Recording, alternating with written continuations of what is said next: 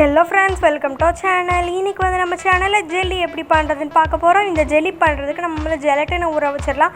அதுக்கு வந்து 1 table spoon gelatin எடுத்திருக்கேன். இப்போ இதில் சேர்த்துக்கிறேன். அப்புறம் இது கூடவே 1/4 கப் தண்ணியும் சேர்த்துக்கலாம். இப்போ இந்த ஜெலட்டினை தண்ணியில் மிக்ஸ் பண்ணிக்கணும். இது வந்து கொஞ்சம் நேரம் ஊறணும். ஊறுறதுக்குள்ளே நம்ம வந்து சுகர் சிரப் ரெடி பண்ணிடலாம். இப்போ ஒரு பேனில் வந்து 1/2 கப் சர்க்கரை சேர்த்துக்கிறேன். அப்புறம் ஒரு 1/4 கப் தண்ணி சேர்த்துக்கணும். இப்போ இதை வந்து நல்லா மிக்ஸ் பண்ணிக்கணும். ஒரு 5 நிமிஷம் வந்து இது அப்படியே இருக்கட்டும். இப்போ நம்ம சுகர் சிரப் வந்து ரெடி ஆயிடுச்சு. இந்த அளவுக்கு திக்காக இருக்கணும். நம்ம இப்போ எப்படி பாகுபதம் பார்க்குறதுன்னு பார்க்கலாம். இப்போ ஒரு கிண்ணியில் வந்து தண்ணி வச்சுக்கணும். இப்போ இதில் வந்து நம்ம ரெடி பண்ணி வச்சுருந்த சுகர் சிரப்பை சேர்த்துக்கணும்.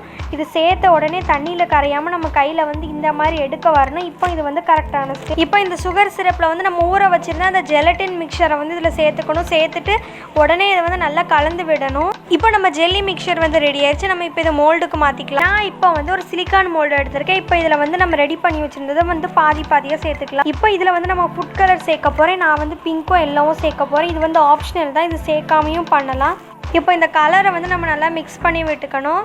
நான் இப்போ இதை சிலிக்கான் மோல்டில் ஊற்றிட்டேன். நீங்கள் சிலிக்கான் மோல்டுக்கு பதிலாக வீட்டில் இருக்கிற குட்டி குட்டி பவுலில் கூட ஊற்றி வைக்கலாம். இப்போ இதை 1 மணி நேரம் ஃப்ரிட்ஜில் வச்சு எடுத்துக்கலாம். இப்போ ஒரு 1 மணி நேரம் ஆச்சு. நம்ம ஜெல்லி வந்து ரொம்ப சூப்பராக செட் ஆகிருக்கு. எந்த அளவுக்கு நல்லா சாஃப்டாக இருக்குன்னு பாருங்கள்.